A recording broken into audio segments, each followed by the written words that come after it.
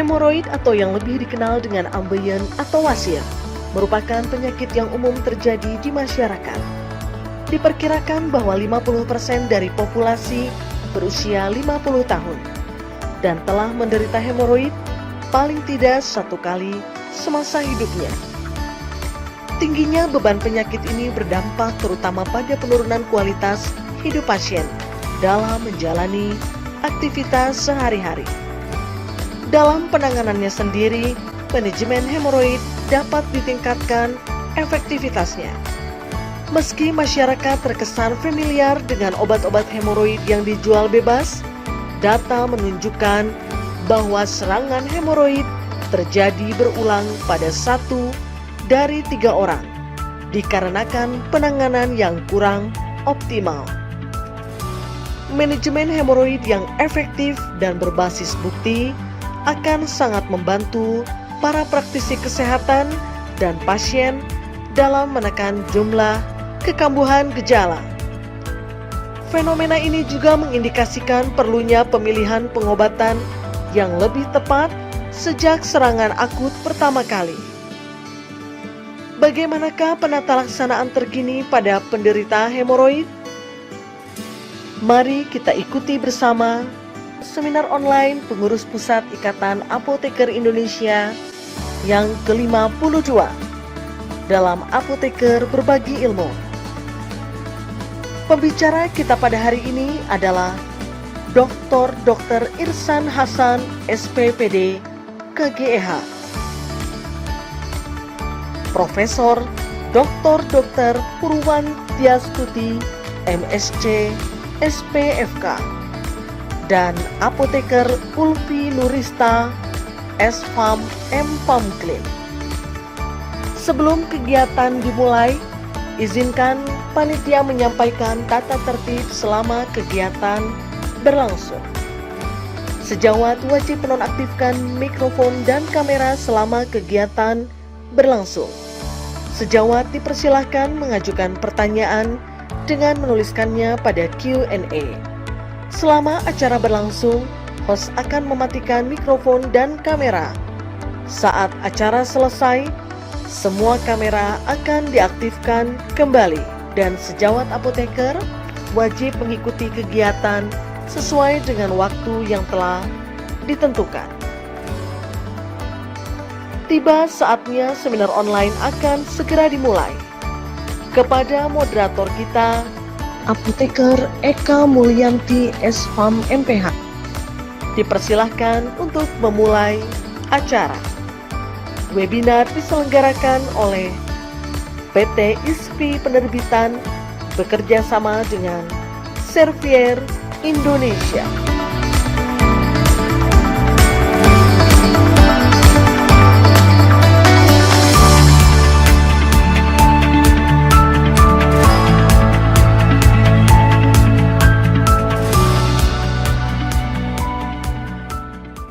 Mencari timbal si anak darah di bawah sarang burung tempua. Salam sembah pembuka bicara, selamat datang untuk semua. Assalamualaikum warahmatullahi wabarakatuh, selamat pagi dan salam sejahtera untuk semua.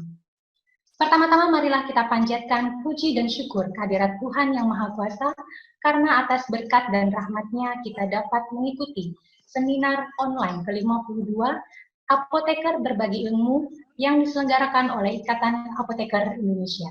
Dan pada kesempatan pagi ini, tema yang akan diusung pada webinar ke-52 ini adalah penyakit hemoroid dan penata laksanaannya. Bapak Ibu, para peserta dan sejawat semua, pada kesempatan pagi hari ini telah hadir bersama kita 3 orang narasumber yang akan berbagi ilmu terkait penyakit hemoroid dan penata laksanaannya, yaitu yang pertama, Bapak Dr. Irsan Hasan, SPPD KGEH, kemudian yang kedua, Profesor Dr. Purwan Tiastuti, MSc SPFK, dan yang ketiga adalah Apoteker Ulfi Nurista, SPharm, MPharm Clean. Dan pada kesempatan pertama yang akan berbagi informasi terkait penyakit hemoroid dan tata laksananya adalah Dr. Irsan Hasan, SPPD KGEH. Sebelum kita mendengar pemaparan materi dari Dr. Irsan, Izinkan saya untuk membacakan sedikit terkait riwayat pendidikan dan pekerjaan beliau.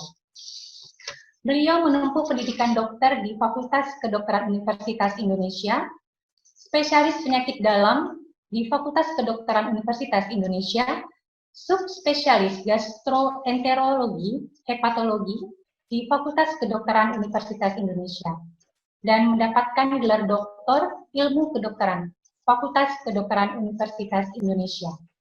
Saat ini, beliau merupakan dokter spesialis sistem pencernaan yang berpraktek di Rumah Sakit Premier Jatinegara, Jakarta Timur, staf divisi hepatobiliar, Departemen Ilmu Penyakit Dalam FKUI RSCM, dan merupakan sekretaris program pendidikan subspesialis Departemen Ilmu Penyakit Dalam FKUI RSCM.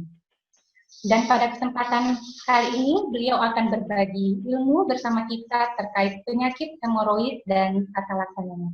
Selamat datang, Dr. Irsan. Terima kasih, selamat jumpa. Dan untuk mempersingkat waktu, kami persilahkan kepada Dr. Irsan untuk memaparkan materinya. Silakan, dokter. Terima kasih kepada Bu Moderator untuk pengantarnya, Apoteker Eka. Senang sekali hari ini saya bisa ikut bergabung dalam webinar ke-52 Ikatan Apoteker Indonesia. Assalamualaikum warahmatullahi wabarakatuh. Selamat pagi, salam sejahtera untuk kita semua. Mudah-mudahan kita semua dalam keadaan sehat, sehingga dapat berbagi ilmu, dapat berdiskusi pada pagi hari Minggu ini. Seperti disampaikan oleh moderator, topik yang saya bawakan adalah mengenai penegakan diagnosis dan tata laksana hemoroid. Nah, jadi dalam lebih kurang 30 menit ke depan, saya akan bahas hal-hal terkait hemoroid ini. Saya bagi dalam 7 bagian, yaitu mulai dari pendahuluan, patofisiologi hemoroid, gejala hemoroid, diagnosis hemoroid, tata laksana hemoroid, komplikasi hemoroid, dan terakhir take home message. Izinkan saya mulai dari pendahuluan. Penyakit hemoroid mungkin kita kenal dengan berbagai nama, wasir, bawasir, ambeien, piles, dan juga banyak istilah-istilah dari masing-masing daerah menyebut hemoroid ini. Dengan banyaknya istilah menunjukkan bahwa penyakit ini sangat dikenal di masyarakat. Tapi secara medis kita sepakat istilah yang dipakai adalah hemoroid.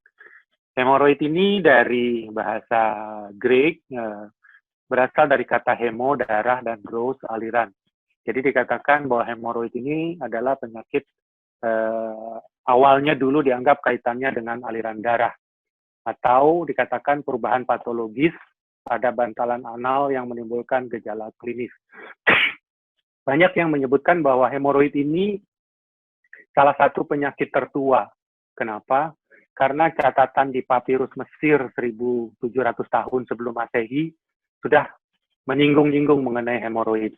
Disebutkan di sana, kalau ingin mengobati hemoroid, berikanlah racikan. Racikan ini mengandung daun akasia, dihaluskan, kemudian ditumbuk, kemudian dioleskan pada kain linen halus, lalu ditempelkan pada anus. Dan disebutkan di papirus itu Anda akan sembuh segera. Jadi 1700 tahun sebelum Masehi pun orang sudah mengenal hemoroid. Ini abad ke-11, ternyata operasi sudah dilakukan. Jadi ini gambar miniatur dari Inggris yang menunjukkan operasi hemoroid yang berdarah-darah. Jadi pada saat itu mungkin orang lebih memilih untuk operasi dengan risiko perdarahan daripada kesakitan atau tersumbat anusnya